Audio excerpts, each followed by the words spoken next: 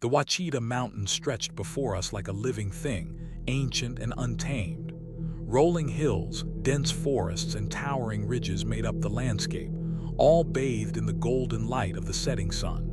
The place felt untouched, isolated, perfect for what we wanted. Marcus and I had been planning this trip for months. A full week of backpacking deep into the Black Hollow Ridge, a stretch of forest barely marked on most maps. It was an area few people ventured into, mostly because it was rugged and remote, but there were also stories. The locals back in town had warned us. You boys stay away from Black Hollow. There's a reason people don't hike those trails. Things move in them woods at night, things that ain't natural. We had laughed it off. Every small town had its legends. Marcus, ever the skeptic, had just grinned and said, "Good, fewer tourists." Now, standing at the edge of the trailhead, I felt something cold slither down my spine. Maybe it was the way the trees bent unnaturally toward the path, like they were listening. Maybe it was the unsettling quiet. No birds, no wind, just a suffocating stillness. "All right, man," Marcus said, adjusting his pack. "You ready for this?" I forced a grin. Hell yeah. We had no idea what we were walking into. The first day was tough but uneventful. We hiked miles into the ridge, leaving the last known trails behind. As night fell, we set up camp in a clearing surrounded by towering pines. The sky was perfectly clear, the full moon casting an eerie glow over everything. It should have felt peaceful. Instead, it felt wrong. The forest was too quiet. Usually, you'd hear the distant hoot of an owl, the rustling of nocturnal creatures, but there was nothing. Marcus must have sensed it too, because he kept glancing over his shoulder as he stoked the fire. "You ever seen a place this dead?" I asked. Marcus shook his head. "Not even in winter, this ain't normal, man." Then the whispering started. At first I thought it was the wind, a soft, hushed sound drifting through the trees, but there was a rhythm to it, something almost deliberate. "Do you hear that?" I whispered. Marcus nodded slowly. "Yeah." Neither of us spoke for a long time. We just sat there listening. Then came the laughter. A high-pitched, broken giggle, like a child playing in the dark. It was distant but growing closer. "Fuck this," Marcus muttered. He stood, scanning the tree line. "It's probably some dumbass kids messing with us." I wanted to believe that. I really did. But the laughter wasn't right. It didn't sound human. And it was coming from all around us. At some point, we decided to ignore it, or at least pretend to. We zipped into our tents, weapons within reach, and tried to sleep. But Marcus never made it to morning. I woke up at dawn to his tent flap wide open. His sleeping bag was empty. His pack was still there, but Marcus himself, gone. "Marcus," I called, stepping out into the cold. No response. I scanned the clearing. No sign of struggle, no footprints leading away. It was like he had simply vanished into thin air. A sharp gust of wind cut through the trees, sending a wave of whispers rushing past me. They were closer now. I grabbed my gear and ran. I ran through the clearing, my boots crunching against the frost-covered ground. Marcus had to be nearby. He wouldn't have just wandered off, not without his gear. The forest was thick, the morning mist curling around the trees like ghostly fingers. I shouted his name, my voice swallowed by the stillness. Then I saw them. Footprints. But they were Marcus. They were barefoot, deep impressions in the damp earth, small and delicate like a woman. The prints circled our campsite, twisting and turning in erratic patterns, as if someone had been dancing around us all night. I felt sick. This wasn't right. This wasn't natural. I followed the footprints deeper into the trees. The forest seemed different. The air was heavier, the trees darker, like I had crossed into another place entirely. Then I saw it. Marcus's headlamp lying in the dirt, The strap was snapped like it had been ripped off. I bent down to grab it. That's when I noticed something else. There were more footprints now, and they were all around me. A branch snapped somewhere behind me. I spun around, my heart hammering against my ribs. The mist had thickened, rolling through the trees in heavy waves, and then through the swirling white I saw something move. A figure. A woman standing impossibly still between the trees. Her skin was pale, almost gray, and her hair hung in wet, tangled clumps. She didn't speak, she just watched me. Then she smiled. I turned and ran. I don't remember how long I sprinted through the forest, crashing through brambles and ducking beneath low-hanging branches. But when I finally stopped, gasping for breath, the trees around me were wrong. The bark was blackened, twisted. The ground was dry, cracked, burnt, like a fire had raged through here long ago. And in the middle of it all stood a cabin. Old, rotten, a relic from another time. The door was slightly ajar, and inside, in the dim light, I saw something that shouldn't have been there. Marcus's backpack. I hesitated on the threshold, my fingers gripping the wooden frame. The air inside the cabin was stale, thick with the scent of decay. I stepped inside. The floor creaked beneath me.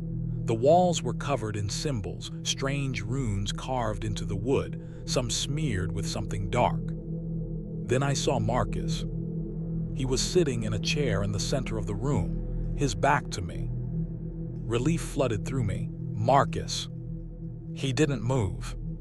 Something was wrong. I stepped closer. Marcus. His head snapped around unnaturally fast. And he smiled. But it wasn't him anymore. His eyes were too dark, too hollow. His lips curled into something that wasn't quite a grin. Then he whispered it. A name. A name I shouldn't have heard.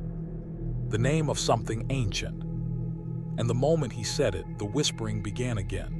But this time, it was inside my head. I wasn't alone anymore.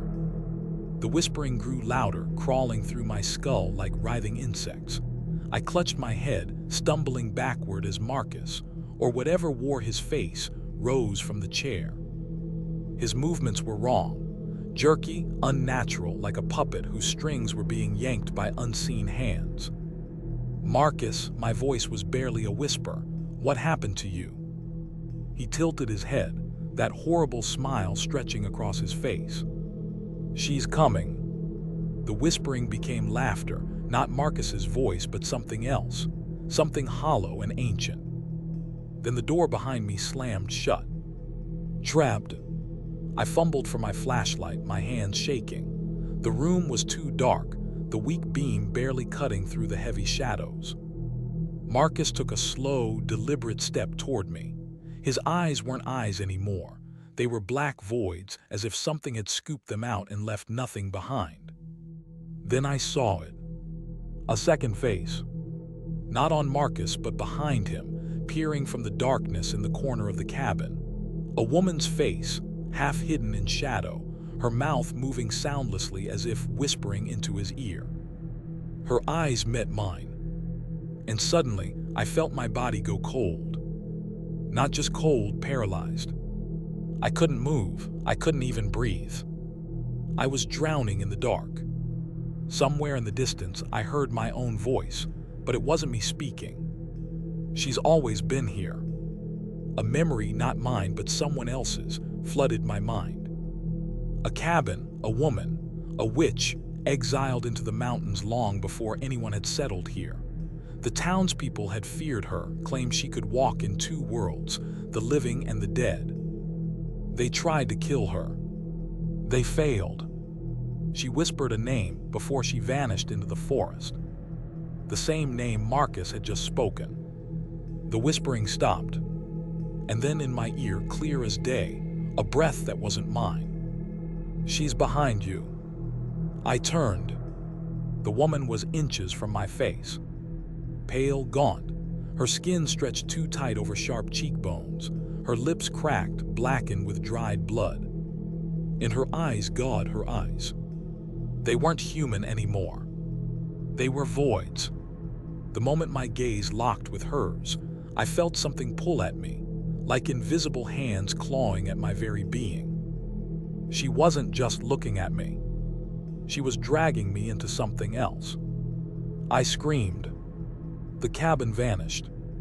And suddenly, I was standing in the woods again, the cold air biting at my skin. Marcus was gone. The cabin was gone. But the whispering was still in my head.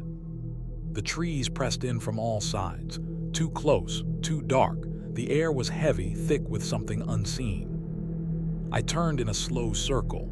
No cabin, no Marcus, just endless forest stretching into the night.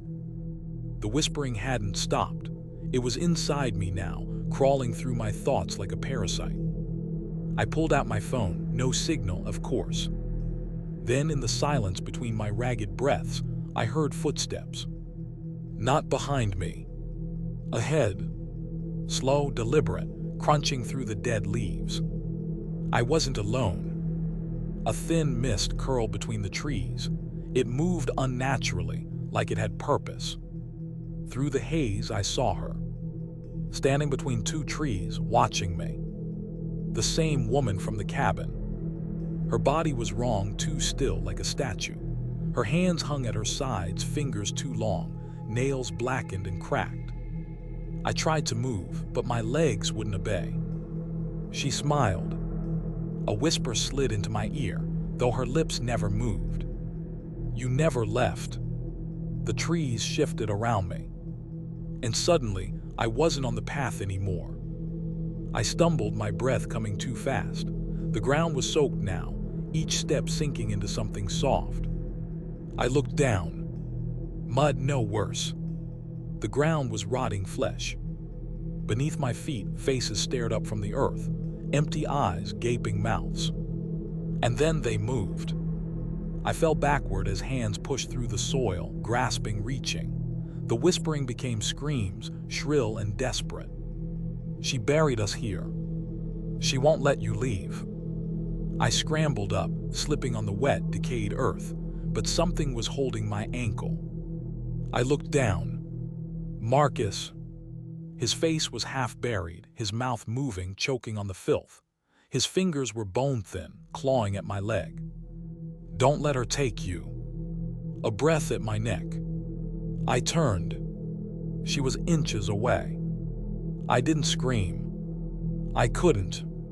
She leaned in closer, her lips cracked and curling into a grin, her breath foul and warm against my skin. Say it, she whispered. My mind reeled, fighting against something pulling at my thoughts.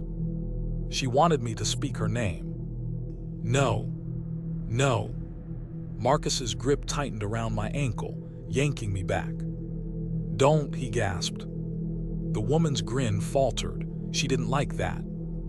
The forest shuddered, the trees groaning like they were alive. And then, the ground beneath me gave way. I fell.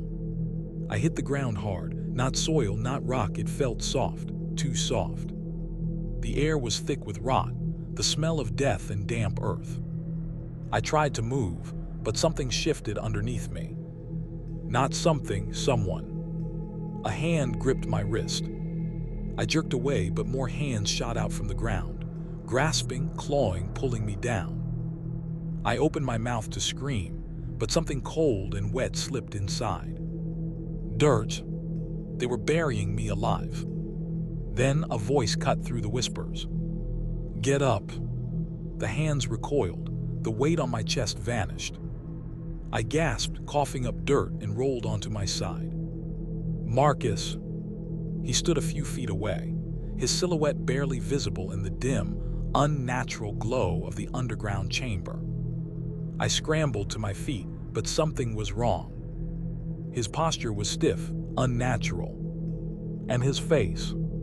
It wasn't his. The skin was pulled too tight. The mouth was twisted in a grin that never belonged to him. We have to go, he said, his voice wrong, like something was trying to mimic his tone, but didn't understand how human voices worked. I took a step back. Marcus. The grin widened. The underground tunnel stretched endlessly in both directions. The walls pulsed as if they were breathing. I followed Marcus because what choice did I have? But his footsteps made no sound. I kept my eyes on his back, every nerve screaming that this wasn't him. And then he stopped. Ahead, the tunnel split into 3 paths. "Pick one," he said. "Which way leads out?" I asked, my voice shaking. "None." His neck snapped sideways, too fast, too sharp. The grin was all teeth now. "But you can try." I turned to run, but the tunnel behind me was gone. A sound rose from the tunnels, a whisper that became a roar, shaking the ground beneath my feet. The air turned freezing. My breath came out in white clouds. And then, she crawled from the darkness. The same woman. Except now she wasn't standing.